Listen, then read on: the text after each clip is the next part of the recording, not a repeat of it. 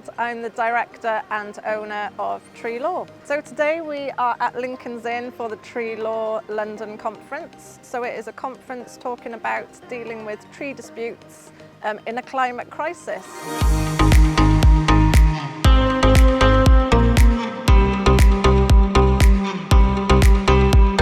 So the number of 7-year-old oaks needed to replace that felled tree is actually 3,046, which gets that gasp every time I do it. The Telegraph tells us don't have any trees near your property because they're going to cause subsidence, which is nonsense because all sorts of properties have trees near them and subsidence doesn't occur. But a good mediator tests what the other side thinks about their case, and they'll test you about what you think your case really is about as well. That is the challenge of a mediator.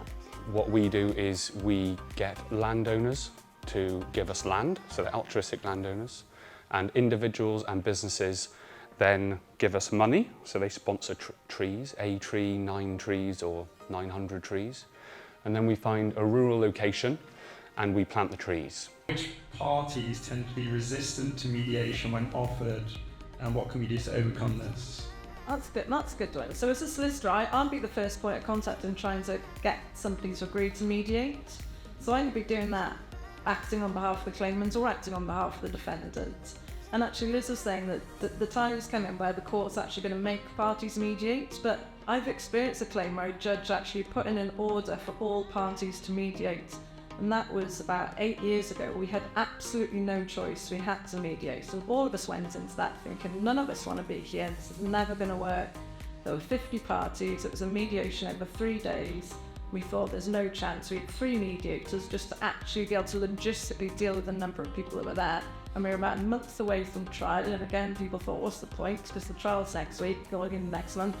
And it's settled.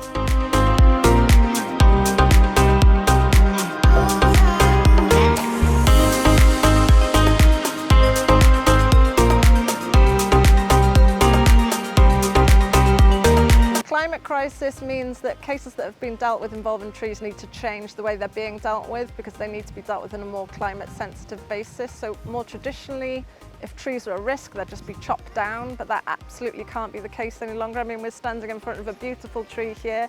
If this tree was causing damage to a nearby property, then you absolutely wouldn't be asking for that to be chopped down. So it's really working out a different way to deal with these cases, to stop damage occurring, but also to keep our city trees.